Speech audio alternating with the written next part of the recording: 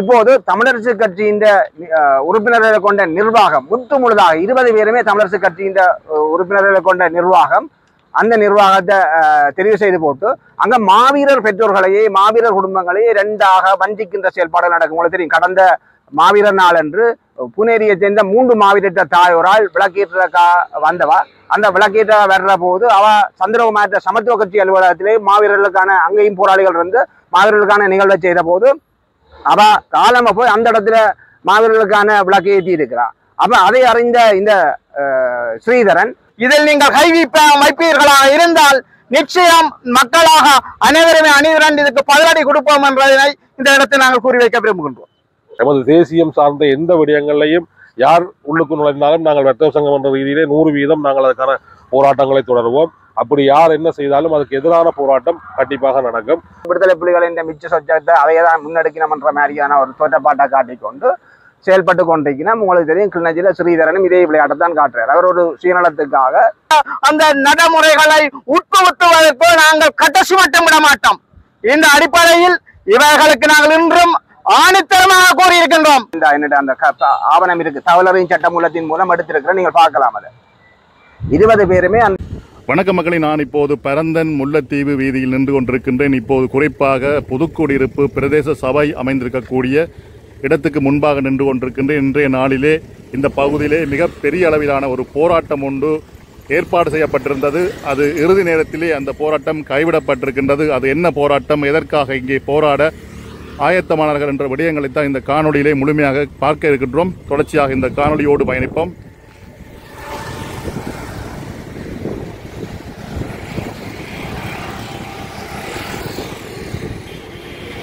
வணக்கம் அனைத்து ஊடக நண்பர்களுக்கும். இன்று இந்த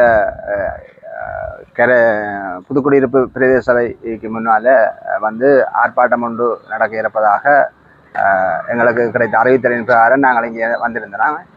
முக்கியமாக இந்த அழைப்பை விட்டது யாருன்றதுக்கு அப்பால் இது அழைப்பு விடக்கப்பட்ட விடயம் என்றதை முன்னுரிமைப்படுத்தி தான் நாங்கள் இங்கே நாங்கள் மாவீரர் போராளிகள் குடும்ப காப்போம். இந்த துயிலுமில்லங்களை தாவரவியல் பூங்காவாக தமிழரசு கட்சி தங்களுடைய அரசியல் நலனுக்காக தங்களுடைய கட்சி ஆதிக்கத்துக்களை வச்சு தாங்களே ஒரு தேசியவாதிகளாக காட்டிக்கொண்டு வாக்கை அறவிடுவதற்காக இந்த துயிலுமில்லங்களை தாவரவியல் பூங்காவாக பதிவு செய்கிற நடைமுறை ஒன்றை கடந்த பல ஆண்டுகளாக பின்பற்றி வருகிறோம். இது மக்களுக்கு பெரிய அளவு விழிப்புணர்வு இல்லாததால் அந்த விஷயங்கள் கிளிநொச்சி மாவட்டத்தில் பரவலாக நடைமுறைப்படுத்தப்பட்டிருக்குது. ஒன்று இப்போ பார்த்தீங்கன்னு சொன்னால், கிளிநொச்சி மாவட்டத்தில் கனகபுரம் துயிலுமில்லம் மாவீரர் துயிலுமில்லமாக என்ற அந்த நிலையில இருந்து மாறி தாவரவியல் பூங்காவாக பதிவு செய்யப்பட்டு தாவரவியல் பூங்காவாக பதிவு செய்யப்பட்ட பின்னர் இந்த முறை அவைன்ற அந்த பெரும்பான்மையை பயன்படுத்தி அங்கே ஒரு கட்சி சார்ந்த நிர்வாகம் ஒன்றை தெரிவு செய்கிறோம். கிட்டத்தட்ட 20 உறுப்பினர்களை கொண்ட ஒரு துயிலுமில்ல நிர்வாகத்தை தெரிவு செய்கிறோம். 20 பேருமே தமிழரசு கட்சி உறுப்பினர்கள். இந்த அந்த ஆவணம் இருக்கு, தவளரின் சட்டமூலத்தின் மூலம் எடுத்திருக்கிற, நீங்கள் பார்க்கலாம். அது 20 பேருமே அந்த கட்சி உறுப்பினர்களாக தான் இருக்கு. அதுதான் நாங்கள் சொல்றோம், என்னன்னா தாவரவியல் பூங்காவாக பதிவு செய்ய வேண்டிய தேவை இல்லை. தாவரவியல் பூங்காவாக பதிவு செய்யப்பட்டால் அந்த தாவரவியல் பூங்கான்ற பேர்ல அங்க களியாட்ட விடயங்களும் நடக்கிறதுக்கான வாய்ப்புகள் இருக்கு. ஒரு பூங்கான்ற முறையில நாங்கள் அங்க ஒரு களியாட்டு விழா செய்ய போறோம்ன்ற விஷயத்தை முன்னிறுத்தி கொண்டு அதை ரென் பண்ணியோ அல்லது ஏதோ ஒரு விதமாக அங்கே ஒரு களியாட்டு விழாவாக நடத்தக்கூடிய வாய்ப்புகளும் இருக்குது.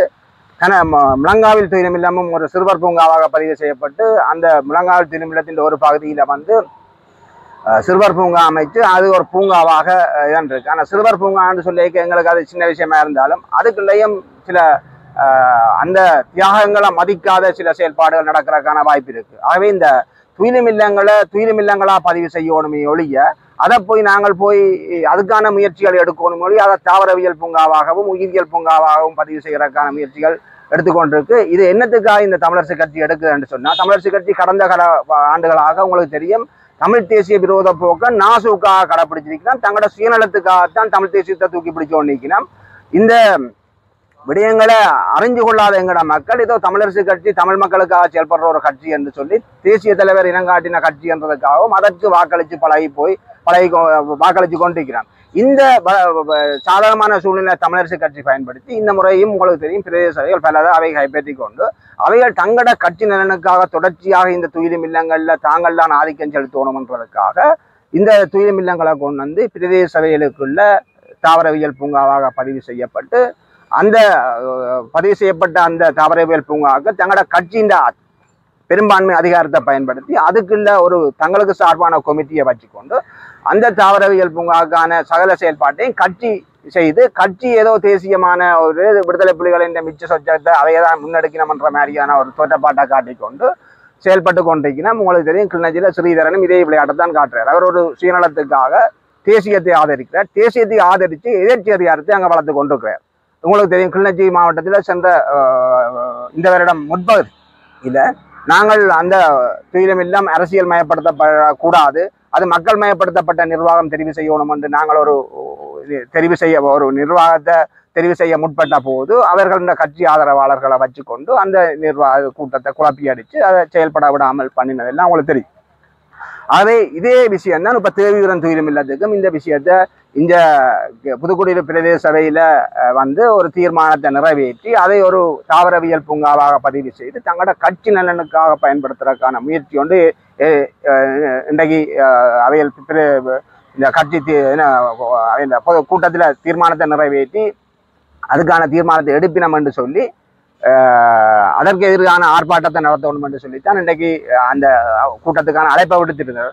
அழைப்பை விட்டவர் யாராக இருந்தாலும் எங்களுக்கு பிரச்சனை இல்லை. நாங்கள் இந்த மாவீரர் துயிலும் இல்லம் என்ற விஷயத்தில் அந்த விஷயத்துக்கு நாங்கள் மாவீரர்கள் போராளிகள் மக்கள் என்ற முகரையில் அந்த விஷயத்துக்கு எதிர்ப்பு தெரிவிக்கணும் என்று தான் இதில் நாங்கள் கூடியிருந்தோம். ஆனால் இன்றைக்கு நாங்கள் வந்த போது ராத்திரியே அந்த கூட்டத்துக்கான அந்த ஆர்ப்பாட்டத்துக்கான அழைப்பை வாபஸ் பெற்றிருக்கேன் என்று சொன்னால் இந்த தவிசாளராக இருக்கிற கரிகாலன் தன்னுடைய அந்த அந்த இதை வந்து வாபஸ் பெற்றிருக்கார். அதை நாங்கள் அப்படி செய்ய மாட்டோம்னு சொல்லி தான் இருக்கிறார். இப்போ நாங்கள் வந்து இங்கே ஆர்ப்பாட்டம் நடக்குமென்று தான் வந்தாங்க. அப்போ இங்கே இதில் வேற இல்லை. அப்போ அப்புறம் அதில் அந்த கூட்டத்துக்கு அறிவிப்பு விட்டிருந்தவர் முல்லைசன். அப்போ முல்லைசன் நம்பருக்கு முல்லைசன் சரிபுலை அதை பற்றி நாங்கள் கதைக்கிறோம். இல்லை முல்லைசன் என்னத்துக்கு அழைப்பு விட்டார்ன்றது எங்களுக்கு தெரியல. ஆனால் துயிலும் இல்லம் என்ற விஷயத்தை நாங்கள் யாருக்கும் விலை பேசக்கூடாது, அரசியல் கட்சி நிலங்களுக்காக பயன்படுத்தக்கூடாதுன்றக்காக தான் இவருக்கு வந்தேன். அப்போ வந்து நாங்கள் முல்லைசனுக்கு தொலைபேசியில் தொடர்பு கொண்டு கேட்ட போது முல்லைசன் சொல்லிட்டு தான் இப்போ பிரதேச கட்டத்துக்குள்ளான் இருக்கிறோம். அங்கே வந்து அவையல் வந்து அதாவது சபை வந்து கரிகாலன் வந்து இருக்கிற சேமனாக இருக்கிற கரிகாலன் வந்து அந்த இதை வந்து தான் செய்ய மாட்டேன் என்று சொல்லி வாக்குறுதி வந்திருக்கிறார் என்று சொல்லி முல்லைசன்கிட்ட தண்டை போனை கொடுத்தார். அப்போ முல்லைசனோட நாங்கள் கதைச்ச நேரம் முல்லைசன் அதை குறிப்பாக நான் கதைச்ச நேரம் முல்லைசன் இல்லை சொல்லி கரிகாலன் சொல்லியிருக்கார் தாங்கள் அப்படி ஒரு விஷயத்தையும் செய்ய மாட்டோம்னு. அதுக்கு தாங்கள் அப்படி ஒரு விஷயத்தை செய்ய மாட்டோம், தாங்கள் அதுலேருந்து அப்படி ஒரு தீர்மானத்தை நாங்கள் நிறைவேற்ற இல்லை என்று சொல்லியும் அந்த கூட்டத்தில் இப்போ முல்லைசனும் அதில் கலந்து கொள்வதாகவும் ஒரு கலந்து கொள்றதாக வந்திருக்கிறார்னு சொல்லியும் கரிகாலன் தெரிவிச்சிருந்தார். அப்போ அதுக்கு பிறகு நாங்கள் இப்போ இதில் கூட்டத்துக்காக வந்த பலர் இப்போ இதில் நிறைய பேர் வந்து இப்போ 9 மணிக்கு கூட்டம் பண்ண அறிவிச்சு இங்கேருந்து அதுக்கு மேலே 8:30 இங்கே வந்து இப்படியான தகவல் இன்றைக்கு வாபஸ் பெற்றிருக்கணுமான்னு சொன்னாலும் இதில் நிறைய ஜனம் போயிட்டுது.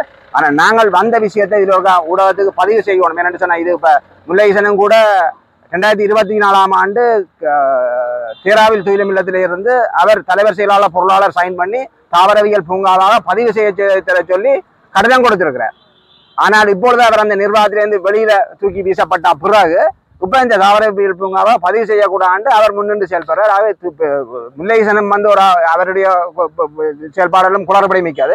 அதை அவருக்காக நாங்கள் இதில் வந்ததுன்றதில்லை, இந்த தலைப்பு விஷயத்துக்காக தான் நாங்கள் இதில் வந்தோம். அதை நாங்கள் இந்த வந்த விஷயம் இப்போ முல்லைசனம் என்ன கரிகாலனும் என்னத்தை காட்சி போட்டு அப்புறம் என்னத்தை செய்ய போயினோம்ன்றது எங்களுக்கு தெரியல. ஆனால் நாங்கள் இதில் வந்த விஷயத்தை மிக தெளிவாக எங்கள் ஊடகங்களுக்கும் எங்களுக்கு மக்களுக்கும் தெளிவுபடுத்தணும். இந்த விஷயத்துக்கு பலமான எதிர்ப்பை நாங்கள் தெரிவிக்கிறோம். மக்களை இது இப்படியே தொடர்மா இருந்தால் நிச்சயமாக சட்ட நடவடிக்கைக்கும் போவோம். அதுக்கு மேலே நாங்கள் மக்களை திரட்டி ஒரு பெரிய போராட்டத்தையும் செய்வோம். ஆகவே இந்த தாவரவியல் பூங்காவாக துயிலும் இல்லங்களை பதிவு செய்கிற நடைமுறையை நிப்பாட்டி விரும்பினா நீங்கள் துயிலும் இல்லமாக பதிவு செய்வோம். மாவீரர் துயிலும் இல்லம் என்ற பெயரை நீங்கள் பாதிக்கலாம். மாவீரர் துயிலும் இல்லம் என்ற பெயர் வந்து ஒரு சட்ட ரீதியாக தடுக்கப்பட்ட சொல்லி இல்லை. ஆகவே அந்த பெயரை நீங்கள் பயன்படுத்தி நீங்கள் விரும்பினா அவங்களோட பெரும்பான்மையை பயன்படுத்தி அதை செய்தாங்க. உங்களுக்கு அதை செய்து வந்து இந்த மாவீரர் துயிலும் இல்லங்களாக ஒரு புனித தலங்களாக மக்கள் பூசிக்கின்ற தலங்களாக மாற்றோன்மையோடைய அரசியல் அறுபடைக்காக வாக்கு வேட்டியை மேற்கொள்றதுக்கான ஒரு நயவஞ்சகத்தனமான ஒரு அரசியலை செய்கிறதுக்காக தயவு செய்து இந்த கட்சிகளும் நீங்கள் இதில் பயன்படுத்தாங்க. இந்த நிர்வாகங்களை தயவு செய்து பொதுவாக வடகிழக்கு தலைவிய ரீதியில் பல 27 துயிலும் இல்லங்களுக்கிட்ட இருக்கு. இந்த 27 துயிலும் இல்லங்களுக்கு நீங்கள் விரும்பினா வாங்கோ, நாங்களும் உங்களோட நிற்கிறோம். மக்கள் மேம்படுத்தப்பட்ட நிர்வாகத்தை தெரிவு செய்து மக்கள்கிட்ட கொடுங்க. அரசியல் கட்சிகள் நீங்கள் பின்னின்று அதுக்கான ஒத்துழைப்புகளை வழங்கலாமே ஒழிக்க உங்களோட அரசியல் நலன்களுக்காக அந்த தங்களோட இளம வாழ்க்கையை தொலைத்து இழந்து போன அந்த உன்னதமான வீரர்கள் தியாகத்தை நீங்கள் உங்களுடைய அரசியல் சாக்கடைகளுக்கு பயன்படுத்தாதீங்க. தயவு செய்து சொல்றோம், நீங்கள் விரும்பினா வாங்க, மக்கள் மயப்படுத்தப்பட்ட நிர்வாகத்தை தெரிவு செய்து மக்கள்கிட்ட அதை ஒப்படைச்சு மக்கள் நிர்வகிக்கக்கூடிய மாதிரி செய்வோம். நாங்கள் அதுக்கு ஒத்தாசையா உறுதுணையான நல்ல முறையில் அந்த நிகழ்வுகளை முன்னெடுக்கக்கூடிய சந்தர்ப்பங்களை ஏற்படுத்தி கொடுப்போம். இதுதான் எங்களுடைய விடயம். தயவு செய்து இந்த விடயத்தை ஊடக நண்பர்கள், இப்ப நாங்கள் ஊடக நண்பர்கள் என்று சொல்லிக்கல, நாங்கள் ஊடக நண்பர்கள் என்று பார்க்கிற நேரம் அவர்கள் ஒரு நடுநிலையாக செயல்படுவார்கள் நாங்கள் நம்புறோம். அந்த அடிப்படையில் தான் இந்த ஊடக சந்திப்பை உங்களை தர்றோம். அது இந்த விஷயத்தை எங்களை மக்களுக்கு கொண்டு போய் சேர்க்க வேண்டிய பொறுப்பு உங்களுக்கு இருக்குது. அந்த பொறுப்பை உணர்ந்து கொண்டு தயவு செய்து இந்த கட்சி சார்பாக நீங்கள் யாரும் செயல்பற்றக்கூடாது. நீங்கள் செயல்படுவீங்கள் என்று நாங்கள் நினைக்க இல்லை. ஆனால் ஒரு சில இடங்கள்ல அப்படி நடக்குதுன்றதால உங்களுக்கு நாங்கள் ஒரு முன்கூட்டியே உங்களுடைய ஒரு மன்றாட்டமாக கேட்டுக்கொள்றோம். இந்த விஷயங்கள்ல நீங்கள் அப்படியே கொண்ட மக்கள்கிட்ட சேர்க்கணும்ன்றதை மிகவும் தாழ்மையுடன் கேட்டுக்கொள்கின்றோம். இது எங்களுடைய மக்கள் சார்ந்த ஆதங்கத்தை தான் நாங்கள் இப்போ எங்களுடைய குரலாக வெளிப்படுறோம். நாங்கள் எங்களோட இந்த போராளிகள்லாம் எல்லாம் மாவீரர்களாக இருக்கிறார்கள். எங்களுடைய பிள்ளைகள், எங்களுடைய மக்களின் பிள்ளைகள்லாம் அங்கே இருக்கிறார். எங்களுடைய மக்களின் பிள்ளைகள் அந்த விலைமதிப்பற்ற தியாகத்தை வெறும் அரசியல் நலனுக்காக ஒரு சுயநலத்துக்காக பயன்படுத்திட்டு போற அந்த பாங்க எல்லோருமே எதிர்க்க வேண்டும். அது மக்கள் மயப்படுத்தப்பட்ட நிர்வாகமாக, மக்களுக்கு சொந்தமான இடமாக அதை பயன்படுத்துவதற்கான களத்தை அமைச்சு கொடுக்கணும். ஆகவே தாவரவியல் பூங்காவாக பதிவு செய்கிறது மிகவும் மோசமான, வன்மையாக கண்டிக்கக்கூடிய ஒரு கட்சி நலனுக்காக மட்டுமே பயன்படுத்தப்பட்டிருக்கு. அதுக்கு நல்ல உதாரணம் இந்த கனகபுரம் துயிலுமில்லம். நீங்கள் இதில் பார்க்கலாம். கனகபுரம் துயிலுமில்லம் 2019ஆம் ஆண்டு தீர்மானம், 2019ஆம் ஆண்டு கனகபுரம் துயிலுமில்லமும் எங்க தேராவில் துயிலுமில்லத்துக்குமான தீர்மானம் முன்மொழியப்பட்டிருக்கிறது. தேராவில் துயிலுமில்லம் பதிவு செய்யப்படுறதோ பதிவு செய்யப்படையிலோ தெரிய இல்லை. அது அந்த காணி பிரச்சனை இருக்கிறதால சில விட பதிவு செய்ய மாட்டோம். ஆனால் கனகபுரம் துயிலுமில்லம் காணி பிரச்சனை இல்லாத அதே தாவரவியல் பூங்காவாக பதிவு செய்யப்பட்டு அதுக்கான இதை நாங்கள் இந்த தகவலறியும் சட்டம் மூலம் கரைச்சி பிரதேச சபையிலிருந்து பெற்றிருக்கிறோம்.